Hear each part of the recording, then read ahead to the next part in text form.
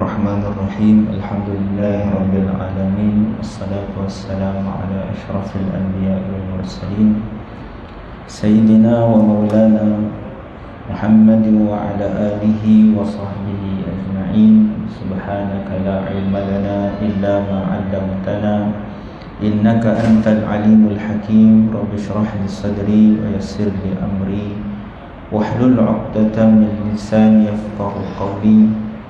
Rabbi yassir wa la tu'assir ya karim. Rabbi tamim bil khair. Allahumma salli ala sayyidina Muhammadin nur al-mudhib bil isyani bi nuri wa ala alihi fi kulli lamhatin wa nafasin adada ma wasi'ahu ilmullahi thumma amma ba'd. Assalamualaikum warahmatullahi wabarakatuh.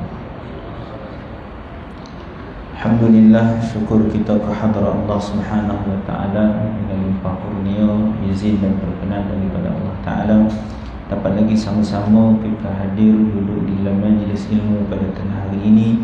Mudah-mudahan duduknya kita di dalam majlis ini menjadi asbab kita meraih rahmat serta keredaan daripada Allah Subhanahu wa taala. Tuan-tuan yang dirahmati Allah, kita melihat kembali apa yang disebut oleh musannif rahimahullahu taala dalam kitab kita ini. Pada pertemuan yang lalu kita telah membincangkan berkaitan dengan 7 anggota yang dikurniakan oleh Allah Subhanahu wa taala kepada hamba-Nya, iaitu 2 mata, 2 telinga, lidah, perut, 2 tangan, 2 kaki, dan juga yang terakhir adalah faraj. 7 ini adalah anggota yang telah Allah berikan kepada hamba-hamba-Nya.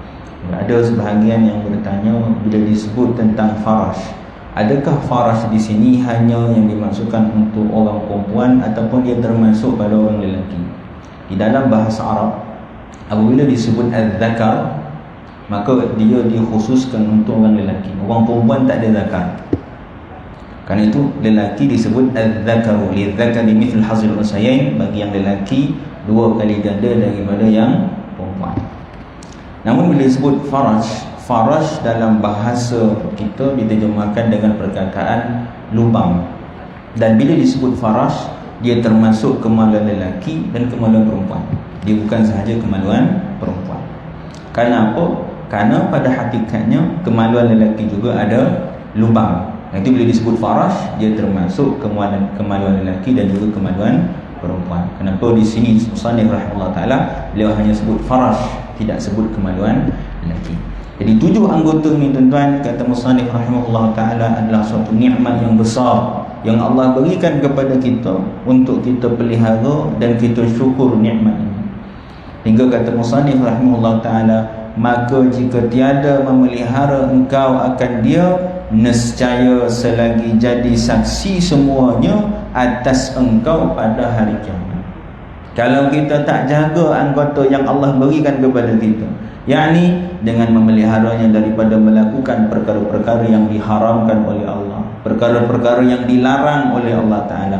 Mata yang Allah beri, kita tak guna untuk melihat perkara yang haram, tidak melihat maksiat, tidak melihat perkara-perkara yang dilarang oleh Allah Subhanahu wa taala.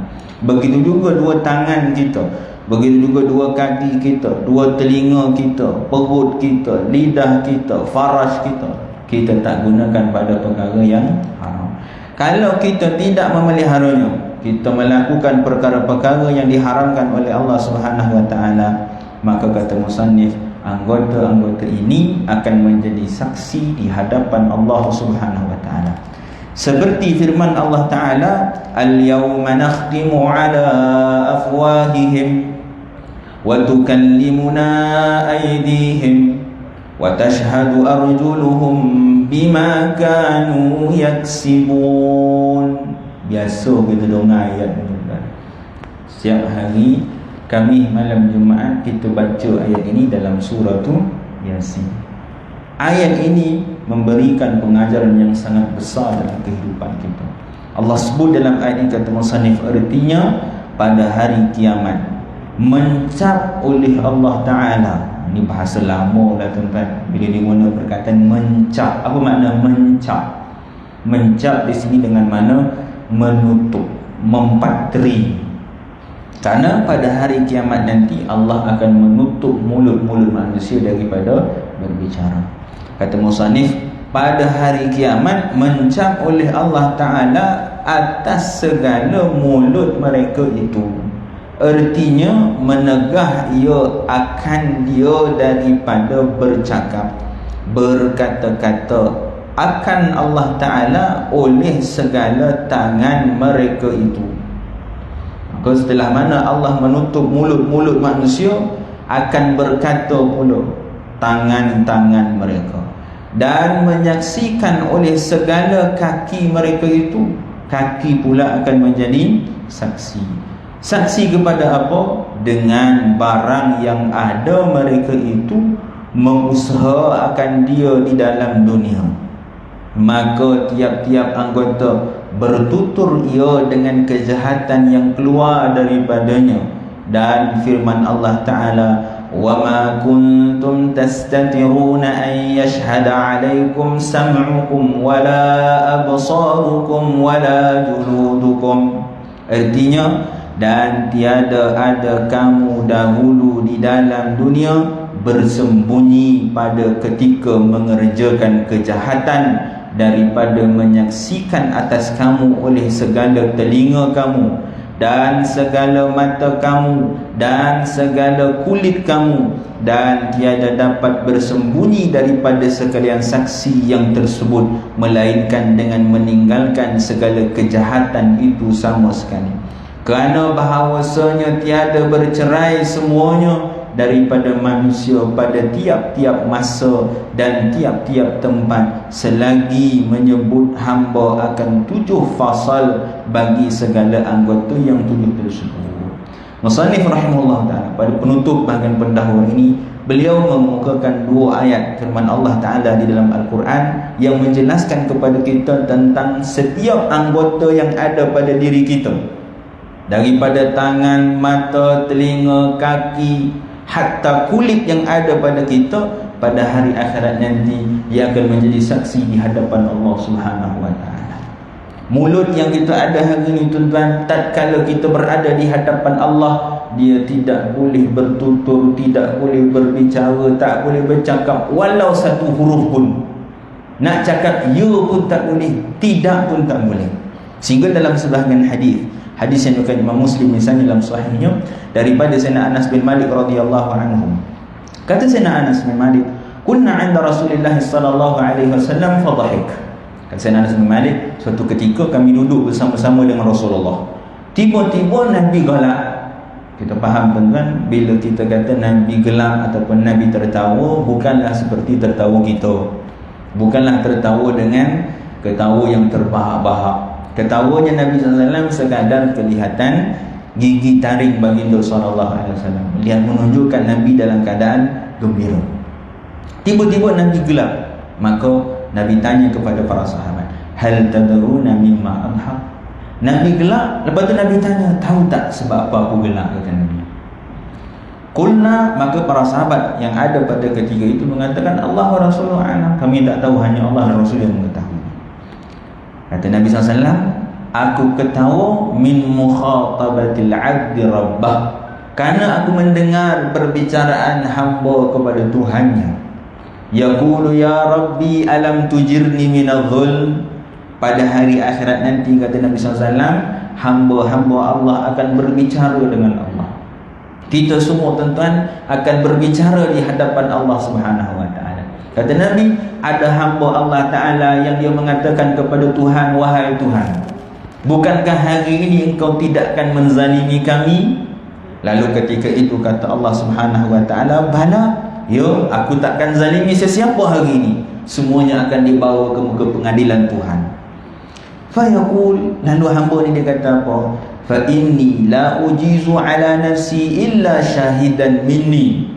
Kata hamba ini, wahai Tuhan, kalau begitu hari ini aku minta supaya tidak ada mana-mana saksi melainkan daripada diriku. Yang boleh jadi saksi aku, bukan orang lain. Aku tak nak jiran jadi saksi, orang rumah jadi saksi, anak jadi saksi, sesiapa pun tak boleh jadi saksi. Yang jadi saksi Dan. Soalah kata begitulah. Kerana Dan yang tahu apa yang Dan buat ketika di dunia dulu, wahai Tuhan. Kata Allah Subhanahu wa taala, baik, kafa bi nafsika al-yawm, cukup dirimu sebagai saksi, tak perlu kepada saksi yang lain. Don't worry, kita takkan jemput saksi-saksi lain, saksi-saksi luar untuk menjadi saksi atas dirimu. Dirimu yang akan menjadi saksi di hadapan Allah Subhanahu wa taala. Lalu kata Nabi SAW pada ketika itu, fayakhtimu ala fi, ditutup mulutnya. Fayuqalu li arkanihi intiqi, lalu dikatakan kepada seluruh anggotanya, bercakaplah kalian sekarang, kata Allah Ta'ala.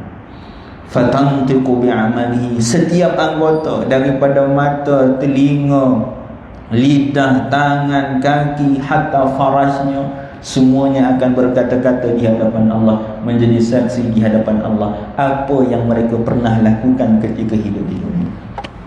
Kata mata, wahai Tuhan, dulu waktu dia hidup di dunia, yang bukan-bukan tengok, sebutlah apa perkara haram, semuanya dia pernah tengok Tuhan. Lalu maksiat, bukan dia jeling, bukan dia tutup mata, bukan dia pandang bawah, lalu dia bontang mata dia ada, kata semata. Telinga pun begitu juga Tuhan. Dulu waktu hidup Tuhan, bila orang mengumpat, bukan dia lari, bukan dia tegur, dipasang telinga pula. Dia nak tahu lagi apa cerita pasal orang, wahai Tuhan. Mulut juga berkata, wahai Tuhan. Mulut ini dulu, wahai Tuhan, dia bercakap perkara-perkara yang menista, dia memfitnah orang, mengkeji orang Tuhan. Itulah kerjanya ketika hidup di dunia, wahai Tuhan. Tangan juga berkata, wahai Tuhan, tangan ini semuanya mengambil harta yang haram, mengambil rasuah, mengambil hak orang lain, menyakiti orang lain. Itulah yang dia buat ketika dunia dulu, wahai Tuhan. Kaki juga begitu, wahai Tuhan. Kaki ini pula habis segala tompek haram, semua dia pergi, wahai Tuhan. Sabutlah pula tompek yang haram, semua dia pernah jajak, wahai Tuhan. Masjid sekali pun tak pernah, wahai Tuhan. Contoh, anggota kita semuanya akan menjadi saksi di hadapan Allah Subhanahu wa taala. Sehingga kata Nabi, akhir sekali bila mana Allah benarkan kepada hamba ini untuk bercakap semula, setelah seluruh anggotanya bercakap di hadapan Allah, Allah bagi peluang dia bercakap pula. Apa kata hamba ini? Dia kata, wasuhkan fa'an kunna kuntu munadil. Kata hamba ini, celakalah wahai semua anggotaku. Dia marah pula pada anggotanya.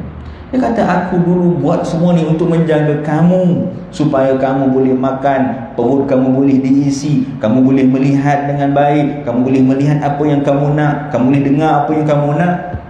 Tapi hari ini rupanya aku diperangkap, rupanya kalian yang menjadi saksi di hadapan Tuhan, kata hamba ini.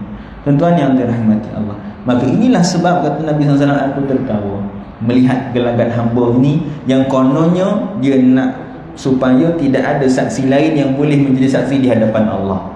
Diharapkan dirinya menjadi saksi. Allah perkenankan hajat dia, memang diri dia jadi saksi. Tapi bukan mulutnya yang berkata-kata, kerana mulutnya bila berkata-kata, bila dia dibenarkan berbicara, dia pasti akan berdusta. Lalu ketika itu menjadi saksi adalah seluruh anggota badannya. Begitu juga dalam hadis yang lain, hadis dari Sayyidina Abu Hurairah radhiyallahu anhu.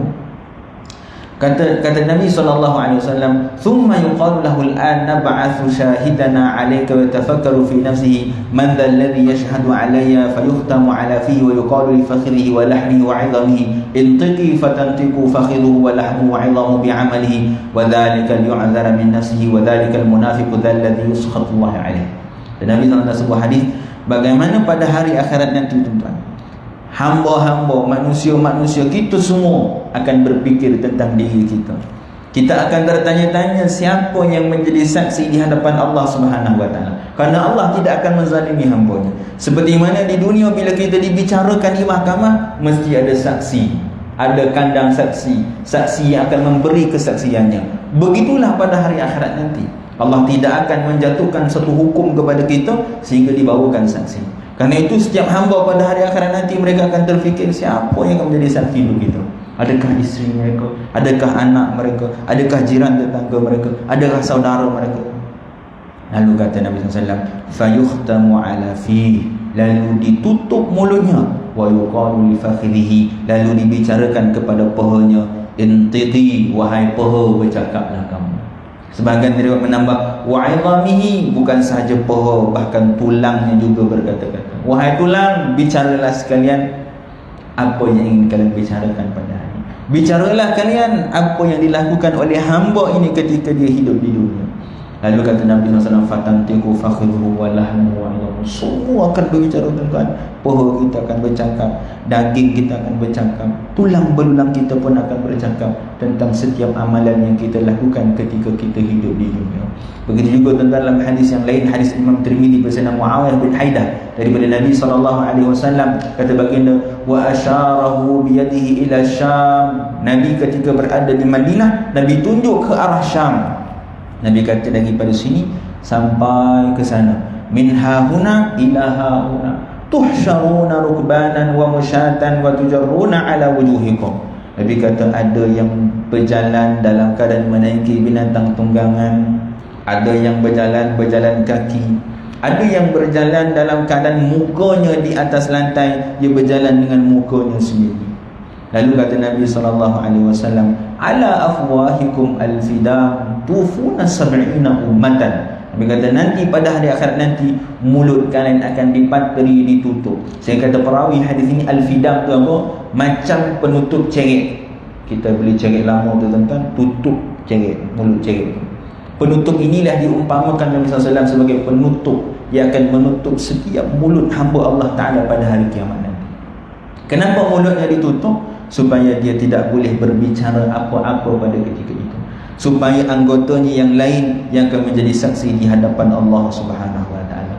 Sehingga ulama bahas, kenapa Allah tutup mulut kita, suruh anggota lain yang menjadi saksi. Kata Sayyidina Abu Musa al-Asy'ari radhiyallahu anhu, kerana di dalam Al-Quran Allah menyebut kalau manusia disuruh berbicara, mereka akan mengatakan wallahi rabbina wallahi rabbuna wallahi rabbina ma kunna musyrikin. Nescaya mereka akan kata, demi Tuhanku, sesungguhnya kami tidak mensyirikkan Engkau wahai Tuhan. Itu kalau disuruh dia berbicara, suruh dia bercakap, dia akan kata kami tak mensyirikkanmu wahai Tuhan. Sedangkan ketika dia hidup di dunia, dia telah mensyirikkan Allah Subhanahu Wa Taala. Jadi ini sebab pertama kata Abu Musa al-Asy'ari, kenapa mulut tak boleh bercakap. Kalau bercakap mesti bohong. Asal bercakap mesti bohong. Bukankan pada hari akhirat, di dunia pun dah suka bohong. Cakap je mesti menipu. Apatah lagi bila berada di hadapan Allah, nescaya manusia juga akan menipu di hadapan Allah. Kata Ibn Ziyad, kerana untuk menjadikan saksi. Kerana hamba ini tadi dia tak nak ada saksi-saksi yang lain. Dia nak dirinya jadi saksi. Allah perkenankan hajatnya, kata Tuhan baik, dirimu akan jadi saksi. Tapi bukan mulutmu berbicara, seluruh anggotamu yang akan menjadi saksi di hadapan Allah Subhanahu Wa Taala. Sebahagian pandangan kata kerana saksi itu lebih kuat kesaksiannya berbanding daripada orang yang berbicara. Seperti dalam mahkamah tuan-tuan, kenapa perlu kepada saksi? Kerana kalau manusia bercakap, kalau kita memberi keterangan, kita akan pusing sana pusing sini untuk menyelamatkan diri kita. Kerana itu perlu kepada saksi. Bila ada saksi, maka kenyataan saksi itu lebih kuat, lebih dipercaya. Allah dengan keadilannya bukan hanya di dunia, bahkan pada hari akhirat juga nanti Allah Subhanahu Wa Taala akan bawakan saksi untuk membuktikan setiap perbuatan yang kita lakukan di atas muka bumi ini. Dan sebahagian pandangan ulama kata, kerana nak bagi tahu kepada manusia bahawa anggota yang ada pada kita ni tuan-tuan, tangan kita, kaki kita, perut kita, yang di dunia dia menolong kita. Tangan jadi alat untuk mengangkat barang, untuk menulis, untuk membuat kerja, kaki untuk berjalan. Tetapi pada hari akhirat nanti, dia bukan lagi sebagai pembantu, tetapi dia menjadi saksi di hadapan Allah Subhanahu Wa Taala.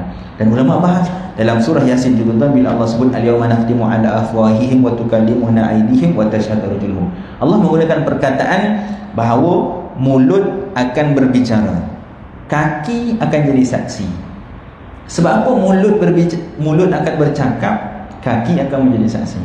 Kenapa dalam ayat tersebut Allah tidak mengatakan Allah tidak mengatakan tangan dan kaki akan berbicara? Allah kata tangan berbicara, kaki jadi saksi. Kerana kata Imam Al-Qurtubi rahimahullah ta'ala ketika menafsirkan ini, menunjukkan tentang kebanyakan amalan perbuatan kita menggunakan tangan.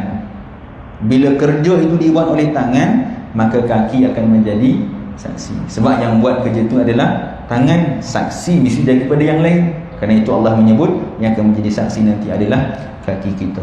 Tuan-tuan yang dirahmati Allah, jadi kerana itulah musannif rahimahullah ta'ala jadikan ini sebagai mukaddimah yang jelas sebelum beliau akan masuk kepada beberapa bab seterusnya untuk menjelaskan tentang setiap anggota yang ada pada kita dan apakah tugas serta fungsinya dan apakah yang perlu kita lakukan dengan kurniaan-kurniaan Allah yang besar ini kepada kita. Mudah-mudahan tuan-tuan setiap anggota yang ada pada kita di hari akhirat nanti dia akan menjadi saksi untuk perkara-perkara kebaikan yang kita lakukan di atas muka bumi ini, insya-Allah. Wallahu a'lam wal afu minkum, insya-Allah ada rezeki bertemu lagi. Wassalamualaikum warahmatullahi wabarakatuh.